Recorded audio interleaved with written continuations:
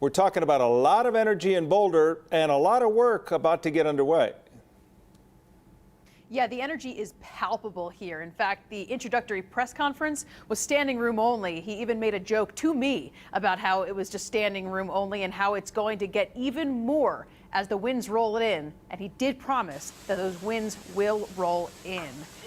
Now, it's not just his winning mentality that lured people in, it's his way with words and his ability to connect with every community that he enters. At Jackson State, Coach Prime made a commitment to the historically black college community to rebuild and revitalize it. And he doubled down today that he will continue to take care of black athletes and every athlete on his roster.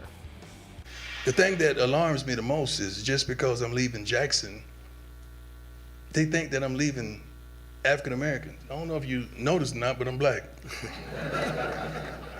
I can never leave who I am and what I am and how I am and how I go about being that. So it is still my task to look in that locker room and see 65 to 70% of African American men trying to help them get to the next level, as well as all the others. My college is not built on a location. It's built on a destination. Now that was good. You're supposed to clap for that.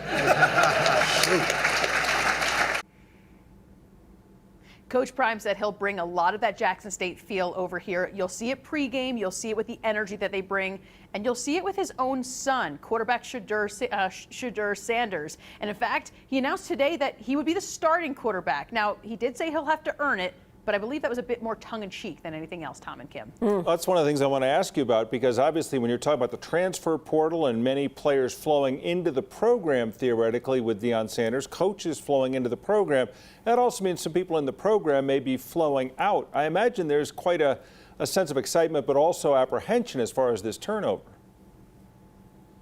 Yeah, I mean, you said people flowing out. I mean, we heard the video of him talking to some players in the locker room earlier today, and he said that there may not be some coaches retained, and, you know, there may not be some players retained. You don't know any of that, but that with the portal opening up tomorrow, there's going to be a lot of excitement about the players that are coming into this program, and you're going to see a lot of those 4- and 5-star players that are being plucked out of the portal and being asked to be put into the portal, like to come here. And that's what's going to really create this turnover, this instant turnover overnight, Tom.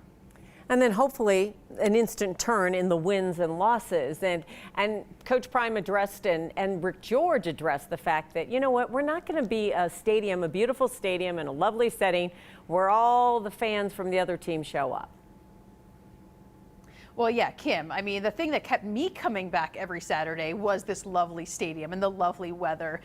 But we don't want that to be the only reason why people are coming here, especially, like you said, the other teams. I mean, because I can think back to 2019, the last time Nebraska was here, and it was all red. I mean, at least in that visitor side, on the side against the Flatirons, it was all red over there. And so that's what they don't want to see. In fact, that's what Rick George said. The very first thing out of his mouth was, don't give your tickets away. That better be all black and gold for that Nebraska game, because that's the first game of the season.